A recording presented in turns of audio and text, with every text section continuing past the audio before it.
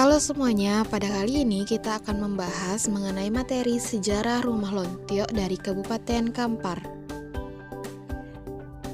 Sejarah dari Rumah Lontio yaitu Rumah Lontio berada di Kampung Pulau Belimbing, Desa Sipungguk Kuok, Bangkinang Barat, Kabupaten Kampar, Provinsi Riau. Rumah ini memiliki kolong yang digunakan sebagai tempat untuk menyimpan sampan. Rumah Lontio disebut juga dengan rumah lancang atau pancalang karena rumah Lontio berbentuk condong kapal atau sampan yang bahasa Kamparnya disebut dengan nama lancang.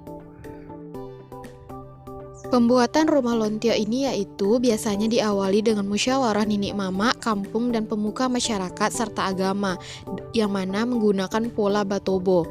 Pembuatan rumah ini dilakukan secara bersama-sama.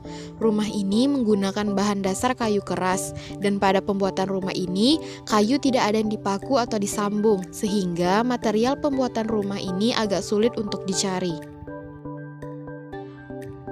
Unsur-unsur yang terdapat dalam rumah Lontio yaitu yang pertama ada tangga rumah yang berjumlah 5 mencerminkan rukun Islam, kemudian ada atap rumah yang melentik ke atas mencerminkan penghormatan kepada Tuhan, dan 3 ruangan di dalam rumah yaitu ruang tamu yang mencerminkan hubungan antar sesama, ruang tengah yang mencerminkan hubungan antar keluarga, dan ruang pribadi seperti dapur.